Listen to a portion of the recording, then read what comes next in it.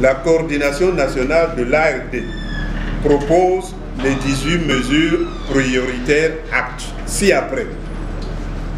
1. La définition et la mise en œuvre d'un nouveau cadre institutionnel. Dans cette optique et à titre temporaire, les nombreux centres de dépenses faramineuses comme le Sénat, l'Assemblée nationale, la Cour constitutionnelle, le Conseil économique et social, le Conseil supérieur de la liberté de la République, de la liberté de la communication, le médiateur de la République peuvent être suspendus pour laisser la place à une seule assemblée provisoire dénommée Conseil de la Nation, ce dernier faisant office de parlement de transition. 2. La réduction du nombre des ministres, des conseillers départementaux et communaux. 3. La suppression des postes de ministres d'État. 4. Le retraitement des fonds politiques du président de la République dans le sens de leur réduction à un niveau qui n'excéderait pas les 25 milliards de francs CFA par an et leur inscription chaque année dans les rubriques budgétaires. 5. La révision à la baisse des rémunérations des ministres, des parlementaires, des membres des bureaux des conseils départementaux et communaux, des préfets, sous-préfets, administrateurs maires, des PDG et des directeurs généraux des entreprises publiques.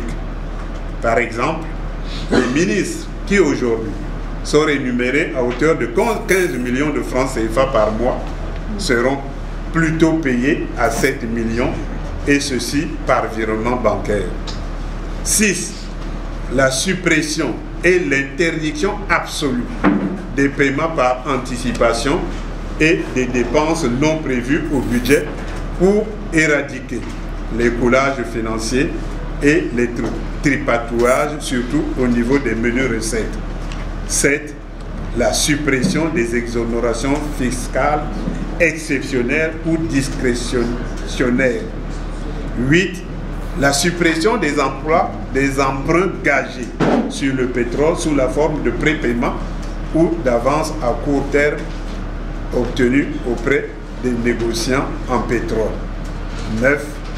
Le rapatriement de tout l'argent de l'État logé dans des comptes à l'étranger.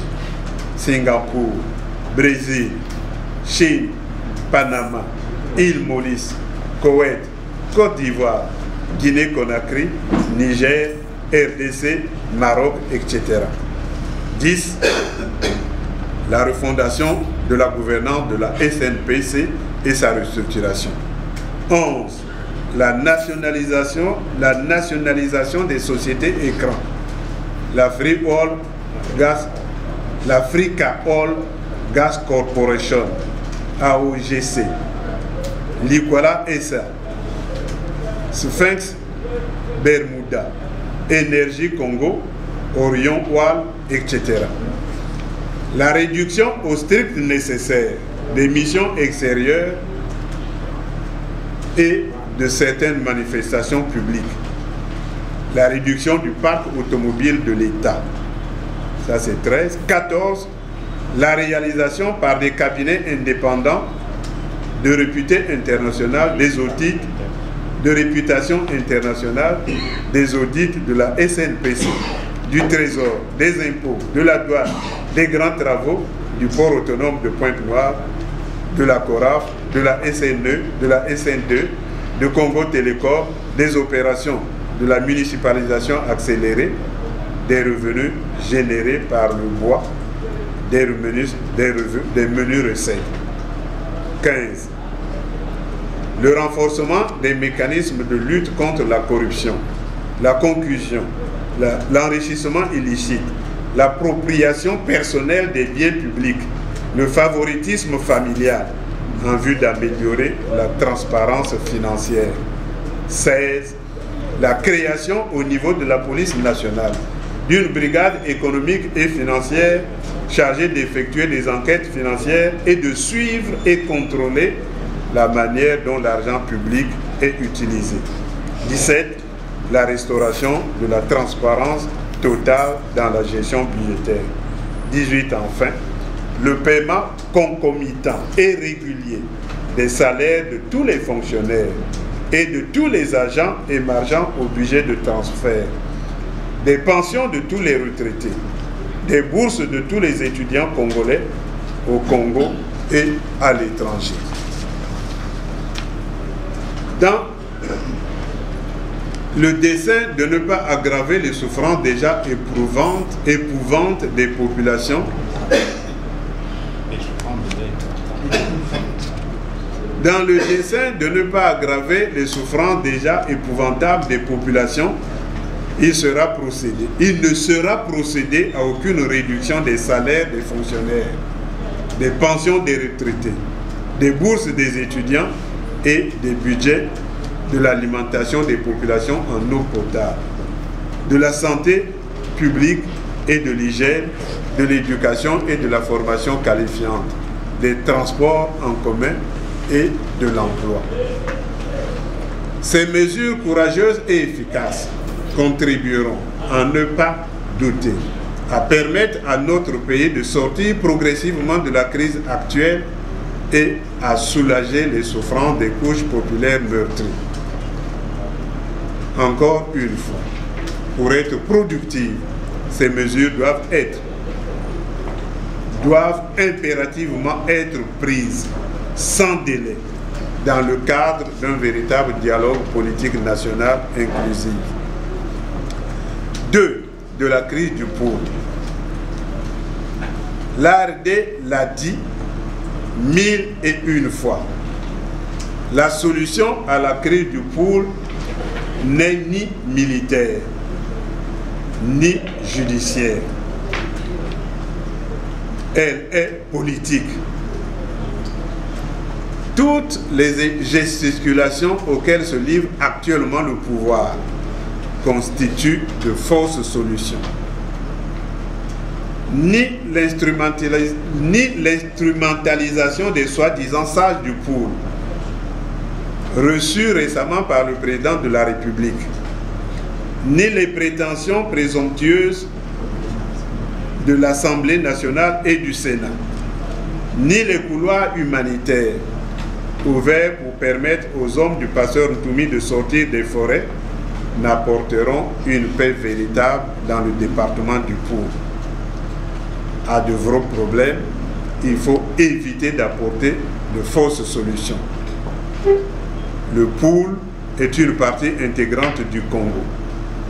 Or, tout le corps social congolais traverse une crise globale de caractère politique, économique, financier, social, électoral et sécuritaire. Pour sortir le Congo de cette crise multidimensionnelle, il faut apporter des solutions appropriées pour chacune de ces dimensions.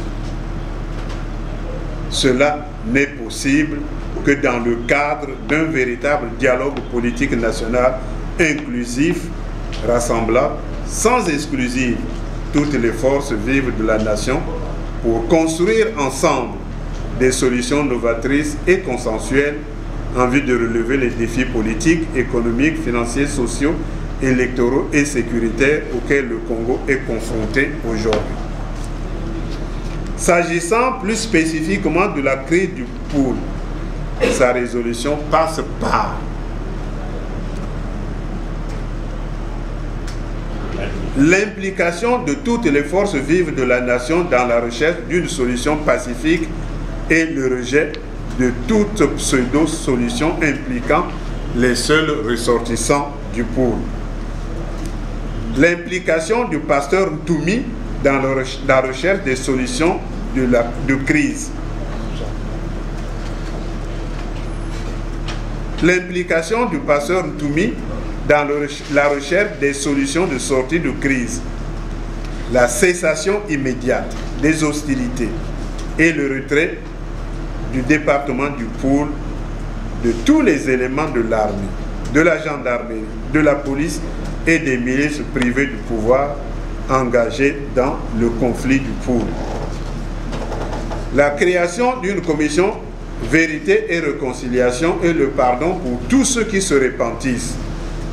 La promulgation d'une loi d'amnistie pour tous les repentis qui s'engagent à rompre définitivement avec la violence comme méthode de conquête du pouvoir de l'État. Le désarmement des milices ninjas et l'insertion sociale de leurs éléments. Le dédommagement de toutes les victimes de la guerre du Poul par la mise en œuvre d'une sorte de plan Marshall pour reconstruire les villages détruits, réparer les dommages causés à leurs habitants et relancer l'agriculture et l'élevage dévastés. Ce règlement politique est la seule bonne solution pour ramener la paix véritable et durable dans le département du Poul. Dans le même esprit, les participants à la 11e coordination nationale de l'ARD lancent un appel pressant en faveur des prisonniers politiques dont ils exigent la libération immédiate et sans condition. 3. Le fonctionnement interne de l'ARD.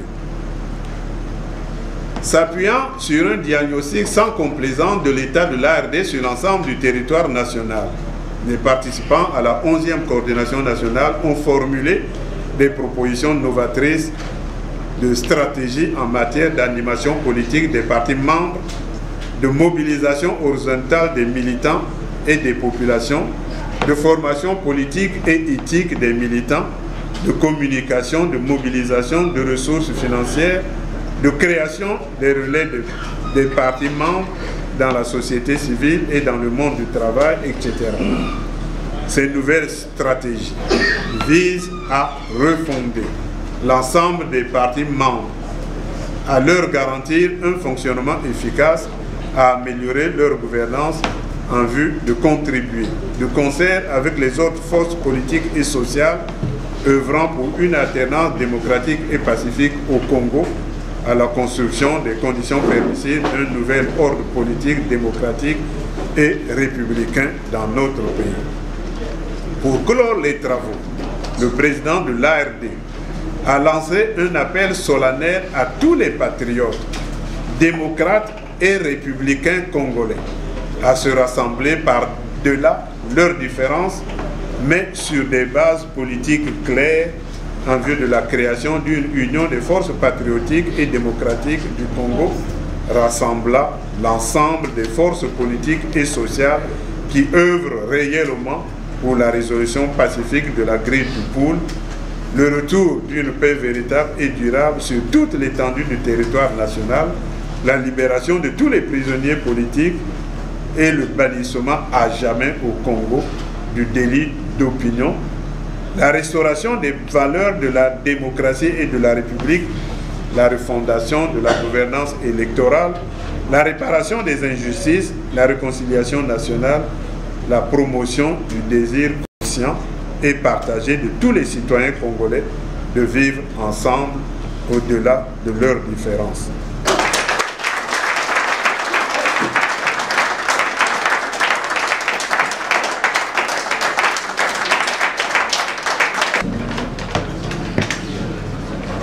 Vous venez de suivre là le communiqué final qui a sanctionné les travaux de la 11e session de la coordination de la DRD, à la fois sur la situation de notre pays, mais également sur le fonctionnement interne de l'ARD. Voilà ce que nous pensons, voilà ce que nous proposons. Nous revenons sur ça. La crise que nous traversons est profonde. Elle frappe tous les secteurs. Elle frappe toutes les couches sociales de notre pays. Et aucune gesticulation ne peut constituer une solution. Le recours facile au Fonds monétaire ne constituera pas non plus une solution. D'ailleurs, le Fonds monétaire ne viendra rien faire pour le Congo si le Congo lui-même ne fait rien pour lui. Et c'est à cela que nous invitons l'ensemble de nos militants pour que dans ce pays, que tout le monde soit convaincu que seul une concertation nationale peut permettre à toutes les forces vives de notre pays de construire ensemble des solutions appropriées et consensuelles qui permettront de sortir de cette ornière. Il n'y a pas 36 solutions. Tout ce qu'on peut raconter ailleurs, c'est du pipeau. C'est du pipeau. Notre pays est devenu trop sale, trop sale. Il faut nettoyer. Et pour nettoyer, il faut qu'on se retrouve.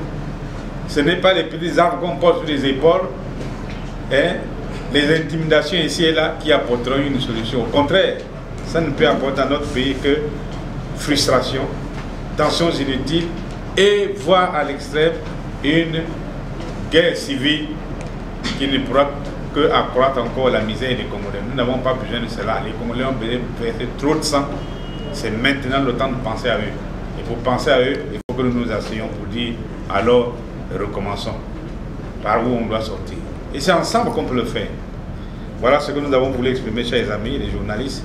Nous espérons que la presse congolaise fera son travail, hein, pour que ce point de vue de la RD soit bien porté à la connaissance de l'opinion nationale et internationale et qu'on nous comprenne très bien.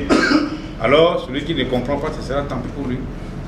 Nous aurons parlé et à lui d'en tirer les conséquences. Voilà, merci beaucoup.